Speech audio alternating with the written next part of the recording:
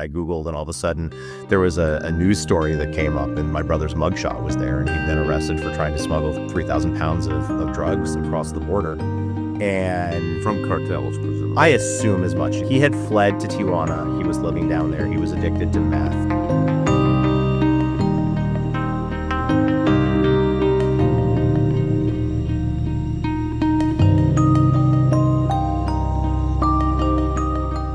Welcome to The Meaning Mindset with Rabbi Ron Li-Paz. Season 3 is generously underwritten by Dr. Jack and Beth Lynn. My guest in the studio is Andrew Wohlwend, and his book, colorful and colorfully named, is The Pimp and the Great One. Andrew Wohlwend. It is a fascinating book. It is harrowing, it's challenging, and it's very, very funny. It's a story, essentially his memoir. Andrew and David, two brothers, Andrew pursuing family and success in Hollywood writing, and David, his brother, pursuing a meth addiction and violence. There's a lot to be learned from this story and from Andrew's understanding of his life and the choices that he had to make as part of this particular family. We're all in particular families. Hopefully some insights here will land with you. Let's welcome Andrew Wohlwend. One of the things that I love about your book is the cover. Who made the cover? Who did? I drew it. Oh, you did? Yeah. Oh, it's great. Yeah. And I love it. The Pimp and the Great One. I love the images. I also love the fact that if you look at the cover, you think, oh, this is going to be a very funny book. And it is in parts a very funny book. Yeah. Because that's clearly your mode of expression. And I feel like it's a book that is dark and light. Italian term chiaroscuro, right? Darkness and light, light and darkness. And yeah, we'll get into that. Talk to me about David, your brother, and what it was like in your home growing up with him. Yeah, I mean, there were different periods of time. I think when we were little kids, we were two small boys who were a year and a half apart in age, and we had perpetual playmates. I do think I grew up pretty early on, kind of with the general family assumption that I was the good kid and he was the bad kid.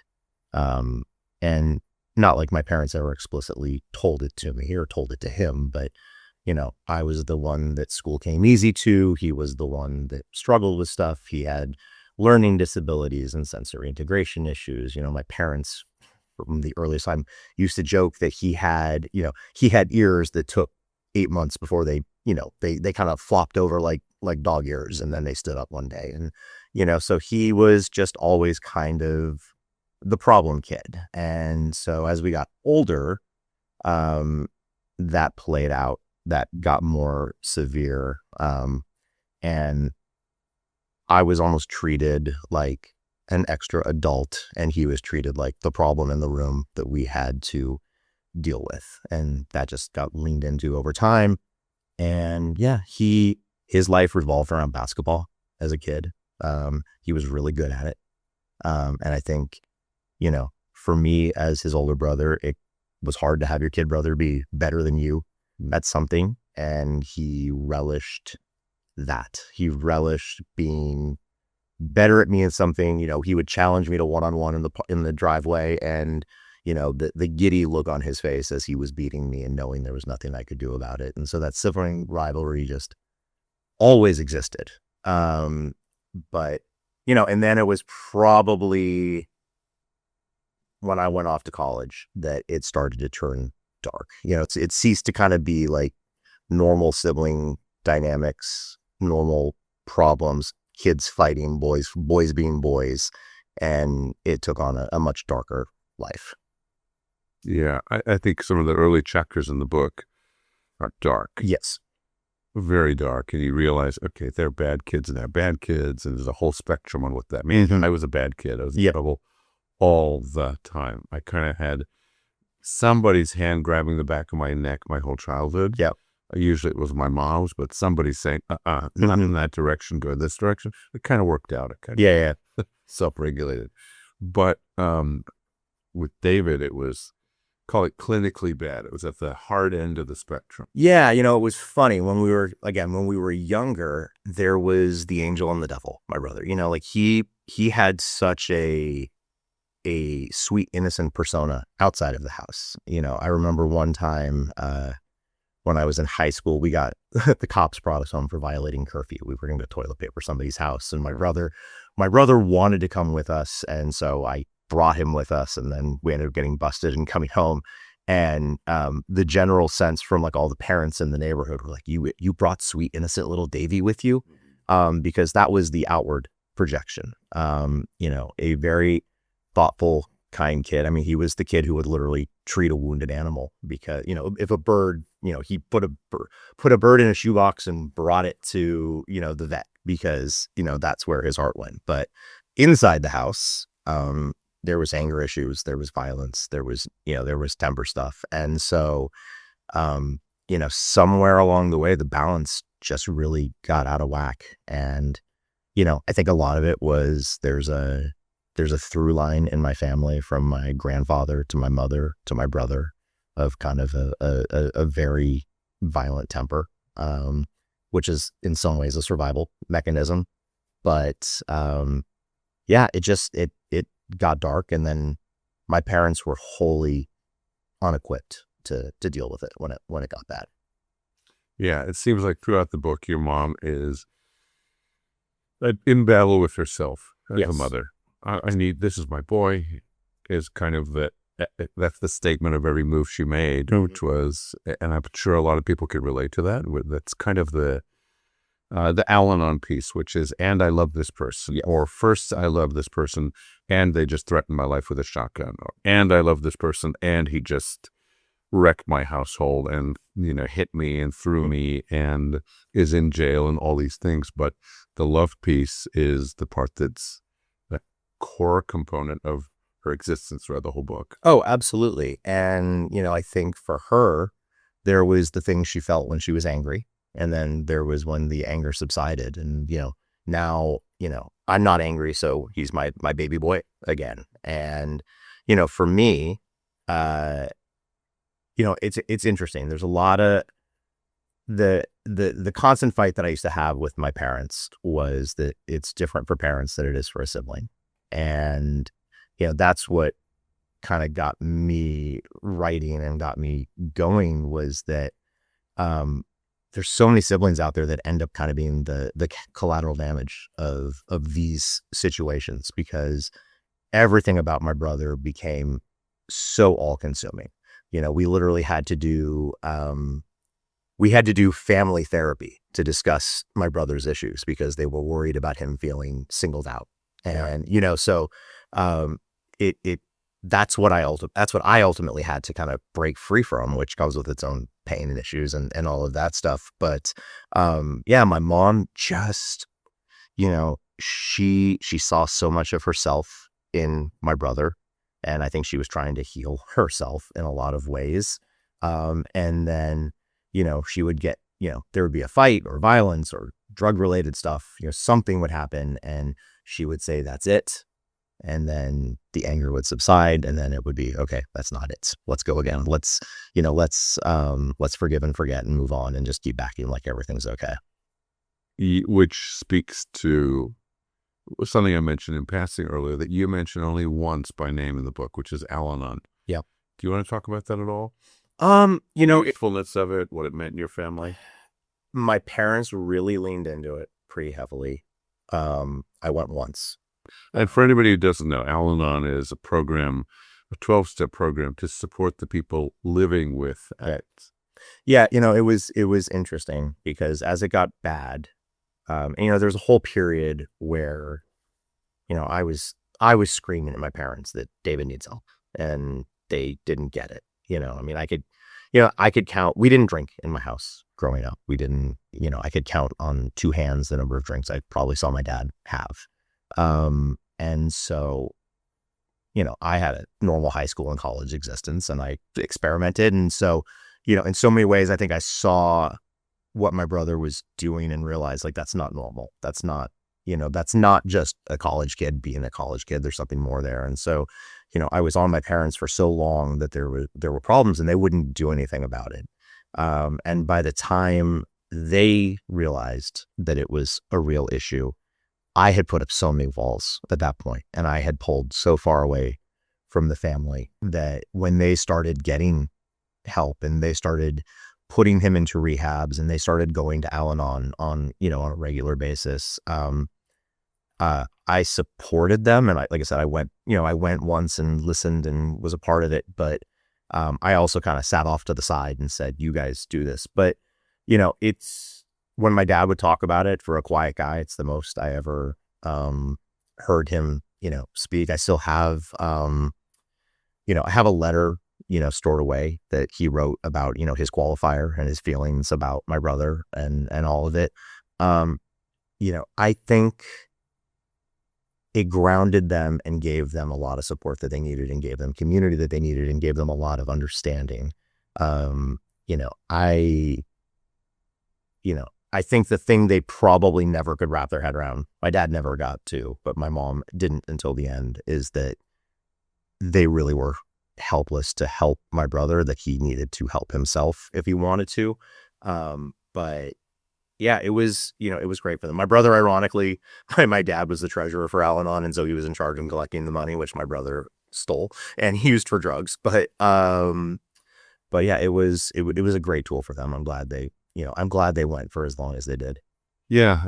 But before we started recording, I asked you where your brother is now. Yeah. 2026, and the book ends in 2022. And you said he's somewhere. We don't know. Yeah. You presume that if he died, you'd have been told?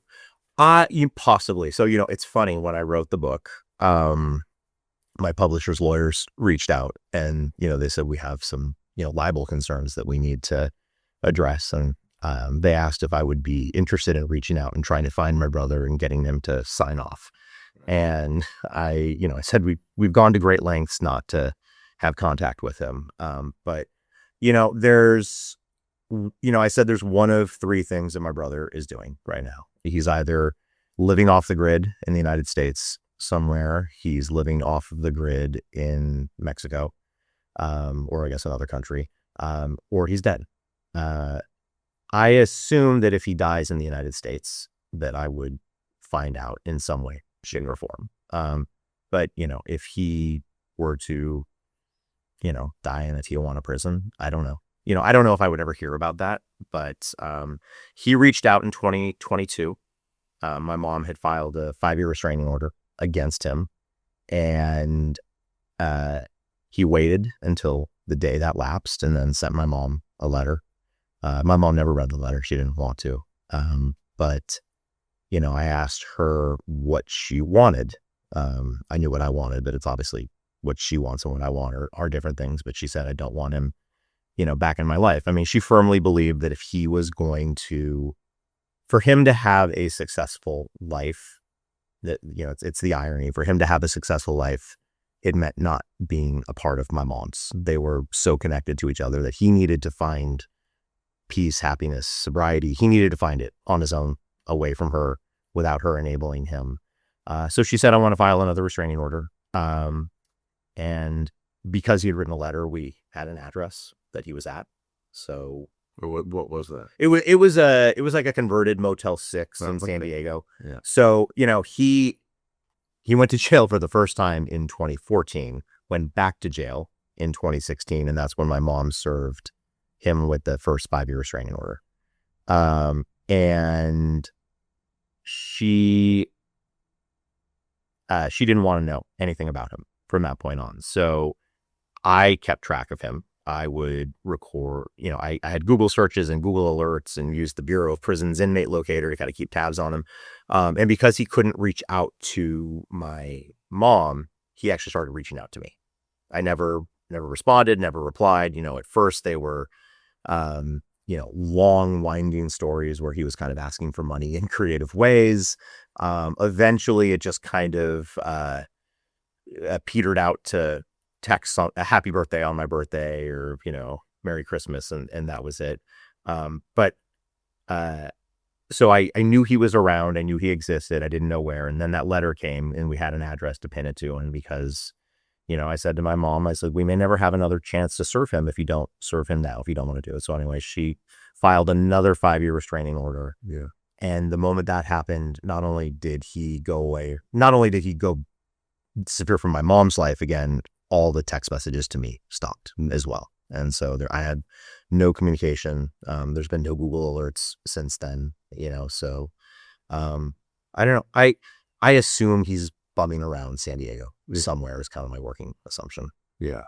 Before we go to the earlier part of the story, I want to go to something that happens near the end. Your mom has to contend with his death, essentially. Yeah. You want to talk about that? With my brother's death? Yeah. The tombstone for her son. Yeah.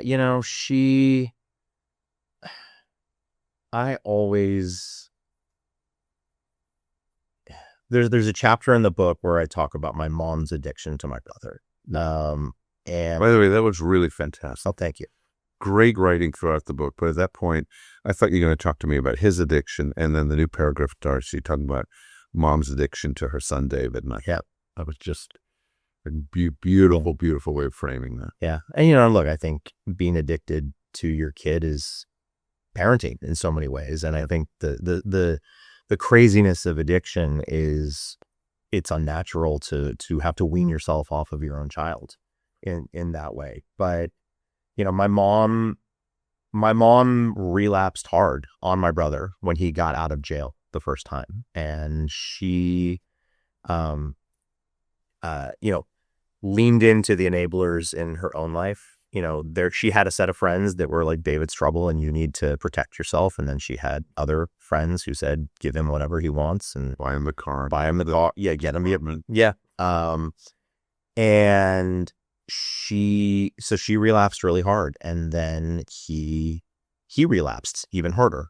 And all of his violent tendencies came out and all of that happened. And he was going to go back to jail for parole violation because part of the conditions of his probation were drug tests, which he's then started failing again. And so, but with my brother, it was never just the drugs. Then came the violence, and then came everything else. But the drugs were marijuana and meth and crack, whatever he could get his hands on. Yeah, I mean, it was,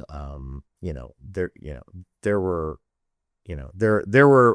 Earlier on in life, I remember sitting down when we were speaking to each other, sitting down and him walking through the laundry list of things that he tried. And, you're amazed that he's alive. Yeah. Other way, when he came in, he got arrested for major drug violation. Yeah. How many pounds of pot was that?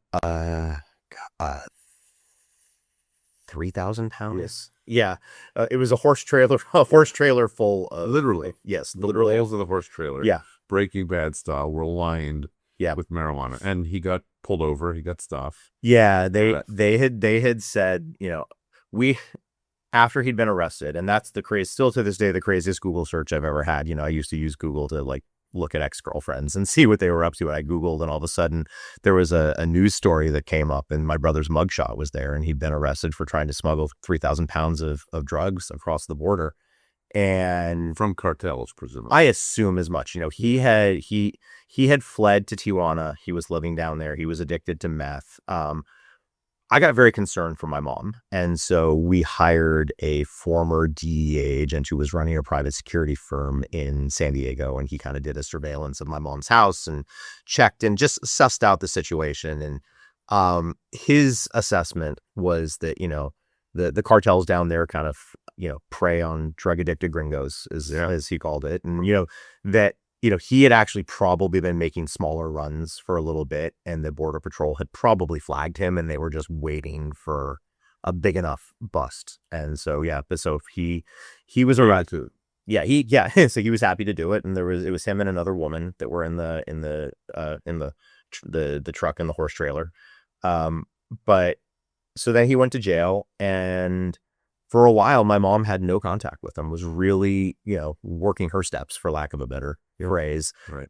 But then he got out and she relapsed. And then when he had to go back to jail, she, she had a lot of embarrassment, kind of shame on me. I can't believe I fell for this again. I'm sure. Yeah. He needed a place to stay for a weekend before he was going to go back to turn himself in and go back to prison. And my mom let him into her house, which was something she wasn't supposed to do. And that was her own rule. It was her own rule. And she found loopholes to her own rules all the time. But he moved back into his childhood bedroom and was staying there. And then she went to dinner with a friend. And when she was out of the house, my brother found an old bottle, got drunk, and then started trying to find the pink slip to his car because he wanted to sell it for drugs. And one thing led to the next. And he threatened to kill my mother. He said that when you come back home, there will be a murder. The police will come to find a murder-suicide tonight. And so my mom hung up the phone, called the police. He fled to Mexico, and that was the end of it. And, there's always a scared straight moment. There's always a light bulb moment, and that was my mom's. And so in her mind, my brother died in that moment. And for him to be metaphorically dead, she wanted to make him physically dead, or a symbol of his Symbolize it, right? So she put a tombstone in our backyard, which was, it's located next to where the sandbox that my dad had built when we were kids, and now it reads his name and his birth, and she used that date that they last spoke to as the death date for him, and it still sits there. I visit it whenever I go to San Diego down there. My mom knows it's there. And it serves as a reminder for her to kind of, that was the finality of it all. And no matter what happens, she's done. Yeah. So I get that. And I get how many times she was threatened and hurt, and you were threatened and hurt. I feel like you're the author. So you have this kind of enveloping role in the story. I feel like you're gathering up the people and the story and framing it for us to read. Yeah. But you're also the brother. Yeah. And there's going to be just what I read between all the humor. Yeah. Was so much pain. Oh, yeah. And having to have two things in your hands really your whole life. One is loving compassion, and the other is protection, self-protection. Yes. And you had to do both, which is not to stop presumably loving your brother because he's your brother. Yep. And he's David that you were playing with as a kid, and that you always want redemption for him, I'm assuming. Yep. And the other side, which is, but I can't let you next to my kids. Yeah. And I can't let you at this family event, and you can't keep threatening my mom's life. Yeah. Yeah. I mean, it was, it's weird, siblings are supposed to fight, like there are movies and TV shows about that. And, my brother and I did, a lot, but we were always brothers. And, I remember, like, before it got bad, when we were just two teenage boys who liked to hit each other. I remember thinking to myself, like, there'll be a point in our 20s when, like, we look back on all of this and it's like we grow up and you learn to be mature adults and you have that relationship. And, then things went off the rails with him, and you still kind of hold out hope that, like, okay, he's got a drug problem. But again, movies and TV tell you full of the stories of kids and people who overcome that, and he'll be all right. And, still we'll find our peace, and that, one day we'll both have families and we'll look back on everything. And, and the longer it went on, the more improbable that became. And, I eventually just had to put up a giant wall and say, you're on the other side of this.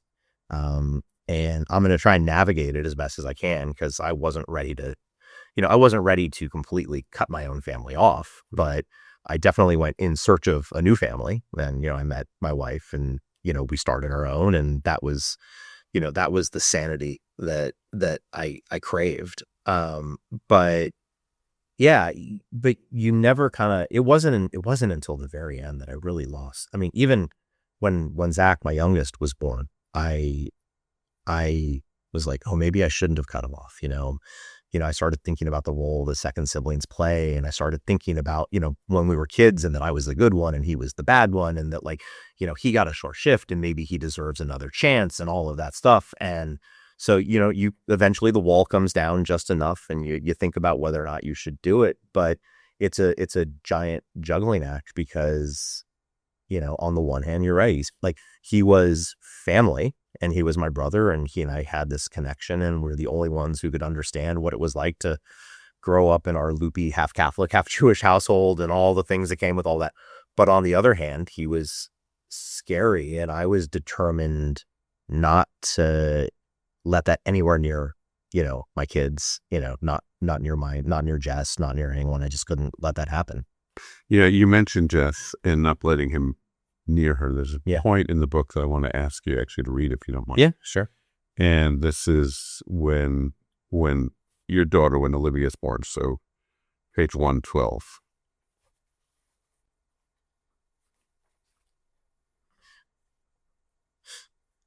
My brother was the last one in the family to meet Olivia. He stood next to me in the corner of the room, and I gently slid Olivia into his arms. As he slowly rocked her from side to side, he said, "Hi, Olivia. I'm your Uncle David," in as gentle a voice as he could manage. He seemed smitten with his tiny niece that was sleeping in his gigantic bear paws, and he started making baby gibberish sounds at her. It should have been sweet. To an outsider, it probably was. But as he held her, I started thinking about all the things he'd done.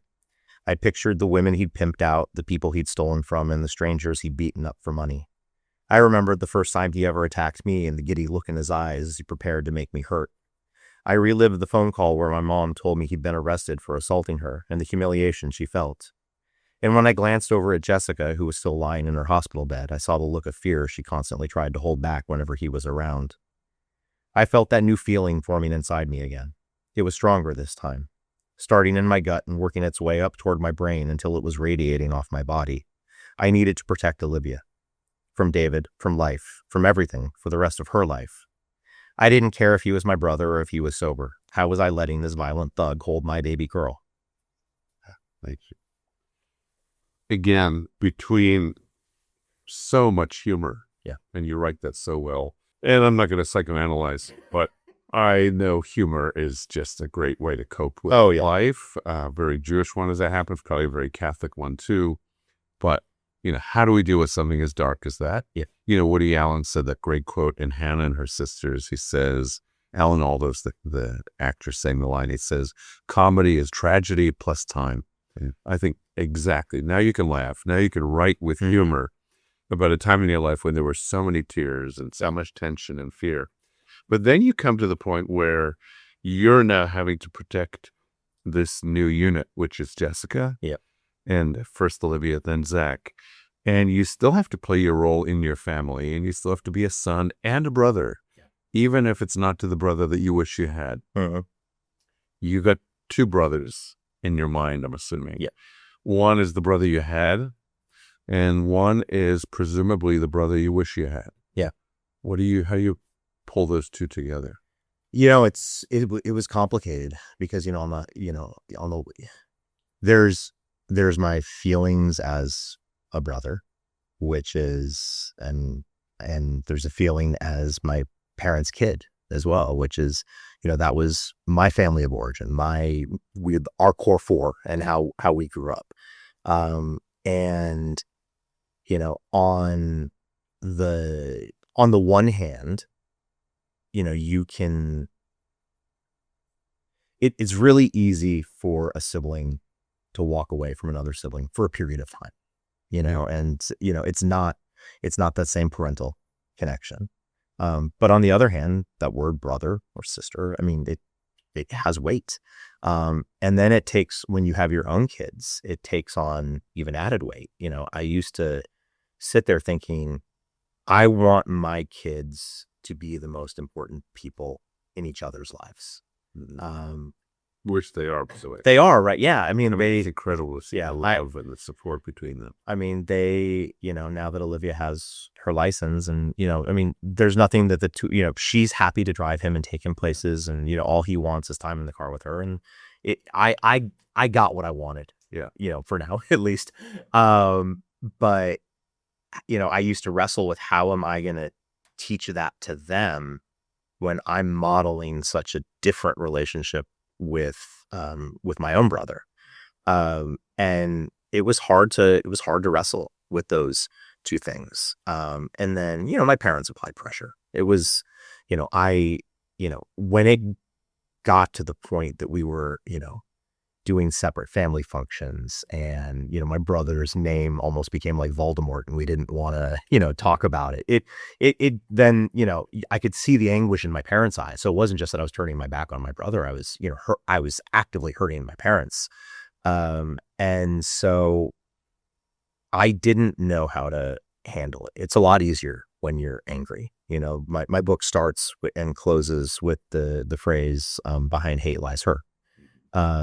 And so when you hate somebody, it's really easy. It's a powerful tool to survive, to cope.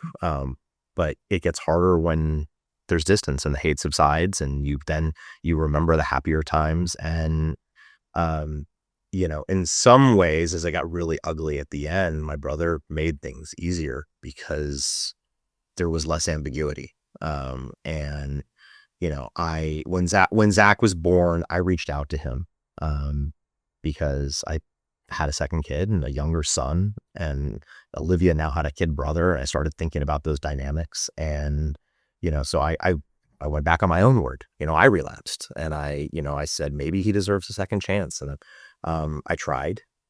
He made it very easy for me by giving me a tongue lashing and, threatening me and my family, and that, he wasn't going to kowtow to me. And, so he made the decision pretty simple. But, if he showed up on my doorstep tomorrow, seeming penitent and all of that, I mean, there'd still be that twinge, Right. it'd still be there. I don't think it would be enough to change anything for me, because I think that it is what everybody needs at this point. But yeah, I mean, but all I can keep coming back to is how different it is as a sibling versus a parent. Because you see things through different eyes. And it's complicated for both. And so I don't know. Yeah. Let's say he turns his life around behind your back now, which is what he may have been doing for the last 3 years. Yeah. And he comes back into your family's life. Is there room for redemption, or do you just say once an addict and once an abuser and once a source of pain, always a source of pain? I think my brother's story is different than others. I do think once an addict, always an addict, but I don't say that in a negative sense. Just saying Yeah. clinically, that's going to be a struggle. Yeah. I think, and there are people, the capital A is larger or smaller for different people. Right. My brother was an addict in the most grandiose sense of the word. He was also, the addiction aside, he was also violent and hostile. And, the Venn diagrams of his addiction and his violence overlap, but they were not completely tied together. My brother, there was a piece of him that, like, to make himself feel bigger, he needed to make people feel smaller. And he did that through bodybuilding and steroids and violence and beating people up. And I mean, he literally was paid to beat people up for a living. And so, it's, you see the stories of addicts who largely, hurt others, but largely hurt themselves. My brother went out of his way to hurt others. And so is there a version of him that shows up penitent and sober and healthy and all of that seems and this is maybe a defense mechanism that I kind of say in my own head, but I do firmly believe that there's a piece of my brother that all he wants at the end of the day is to be a little kid sitting on the couch being taken care of by my mom. And for him to grow up, for him to be, he would be 46 at this point, 45. For him to be a functioning 45-year-old adult, he has to do that without the family. And that will forever be probably sad and tragic. But I think that the moment he was reintroduced into our family, I think his backsliding would start. Let alone my mom or Wendy or anyone else. I think his own backsliding would start. And maybe, again, maybe that's the convenient story I tell myself to kind of protect everyone. But I just can't imagine a world where he's a part of our family and not starting to rely on everyone to make his life easier. Yeah, there are two parts of your life that I see knowing you. One is this incredible pain that just has like these, I feel like it's almost like the coronavirus. It's like this swirling thing that had these tentacles, and each one when it touches somebody causes so much pain, and that was David. And yet you managed to attract Jessica. Yeah. And to create and nurture and raise these two incredible kids. How do you put that together in your head? How did that bring me to the point where I can be this kind of man in the world? And attract and deserve and share the joy. And do I deserve the joy? I don't know what your thoughts are. Yeah, it's a good question. I think sometimes you start out running away from something and you then realize you're running towards something. It's in the book, but my brother in the day after Christmas 2004 had a pretty violent drunken episode where he kind of held the family hostage with a shotgun, and that was my scared straight moment. That was I can't have this, I can't do this, I can't be a part of this. I need normal. The working title of the book was actually Searching for Normal. But I had my first date with Jessica 7 months after that happened. And I think, sometimes things are just serendipitous. But I was running away from the chaos of my family, and I met somebody who had an ability to, Jessica she's a pleaser, and she has an open heart and an open mind, and she wasn't scared away by everything, and she had the same family values that I wanted, and I love my in-laws to death. They're not without their quirks and family dynamics. But we found each other, and next thing I knew, I wasn't running away from my family. I was running towards a new life with her. And my family grew up, we weren't overly religious growing up. My dad was a lapsed Catholic. My mom was the child of Holocaust survivors. Their religious mantra was the golden rule. And I think Jessica shared that. And, as life kept going, it just was, how do I build the normal life I want? And I found a partner who was willing to get messy with me.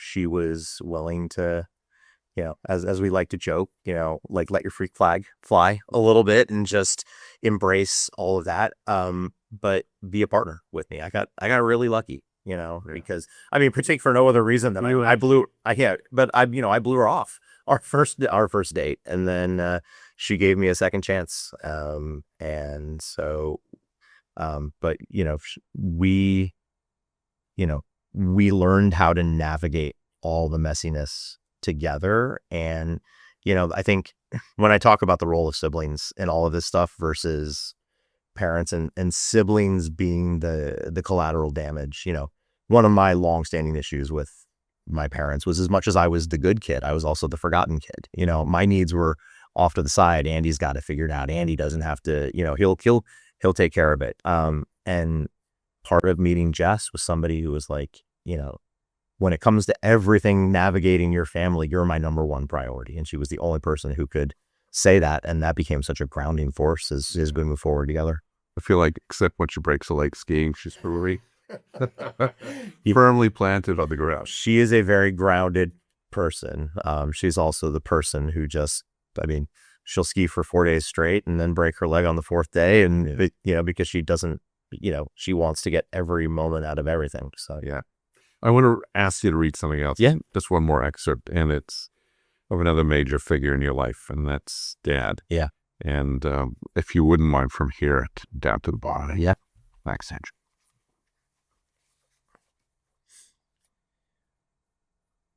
When I was 13, I had a bake sale for school, and my dad surprisingly agreed to help out. He'd spent the past several years working on the Endeavour space shuttle, and I thought that was cool. So he designed a multi-tiered yellow cake replica of it. The amount of detail he put into the cake was both breathtaking and obsessive. He used his rulers and levels to make sure it was designed to scale, and he trimmed strips of the cakey wings with an X-Acto knife. He would have used his power tools if he could have found a reason.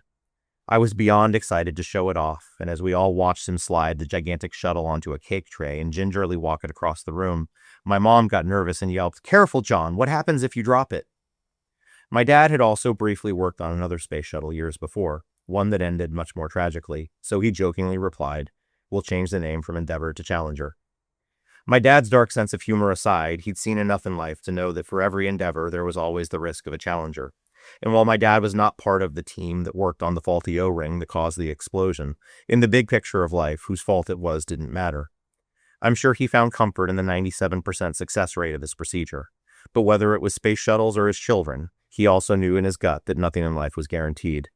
There would be good times, there would be bad times, and to embrace that, I guess he had to accept that he only had so much control over both. In the end, I simply held my dad's hand and thanked him for all that he'd done. I told him that he was a good man and a better father, that I would pass what he taught me on to my kids, and I promised I'd always look after my mom. I then put my forehead close to his and whispered, "Goodbye." Yeah. I think there were probably a lot of tears in writing this book. Oh, yeah. Yeah. It was, I sat with this book for 10 years before I was ultimately, I think, ready to write it. I think the thing about crisis is when you're in it, you just do what you need to keep moving forward. And in a lot of ways, I go back to that shotgun incident in 2004.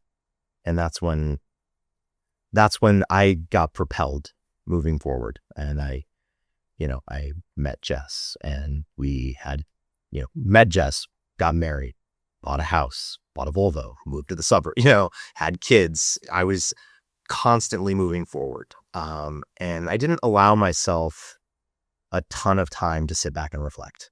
And it wasn't until my dad died that it became too much to kind of, everything was so tangled up. My relationship with my brother, my anger towards my parents for them not doing anything, and the anger I had for my dad coupled with the sadness I had over his death. The fact that I had cut my brother out of my life, but now he was back in my life, because he and my mom were a package deal. And, even if I hadn't made a promise to my dad to take care of my mom, I still would have. Right. But, my dad was a really good, decent, kind man. They talk about, Midwestern values, and, he epitomized those stereotypes in a lot of ways. He was not made to handle the chaos of my brother. All he knew was love. Ironically, he didn't know how to always show it. He didn't know emotion. That was my mom's territory. But his death was shocking. He went in for surgery that was supposed to have a procedure. He kept calling it a procedure, and I kept clinging to that. But it was a procedure that had a 97% success rate. And you realize someone has to be the 3%. But I took a lot away from him that was really, that I still teach to my kids to this day. He had a mantra: left foot, right foot, left foot, right foot. It's really become a guiding principle for me. I'm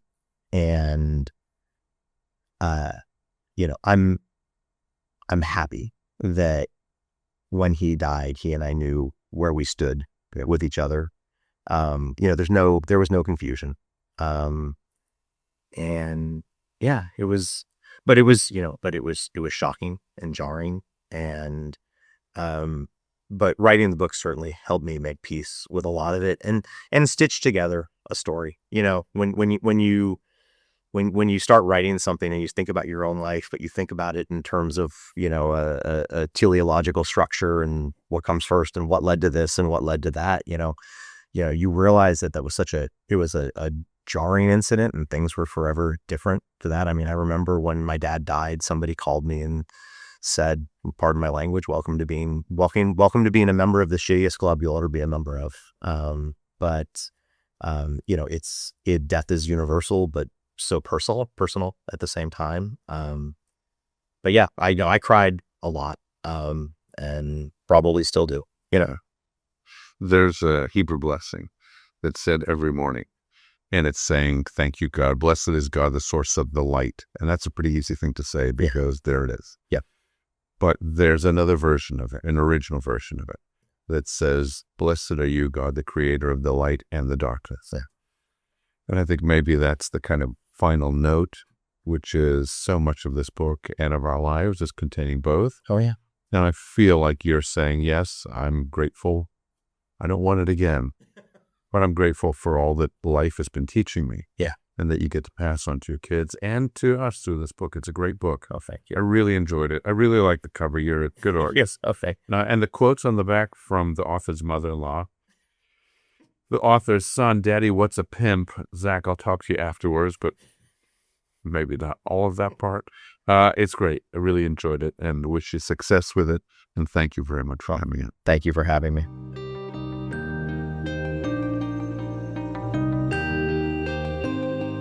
This season is produced and edited by Jonah Li-Paz. Content editing by Bronwyn Li-Paz. Digital marketing by Notebook Media.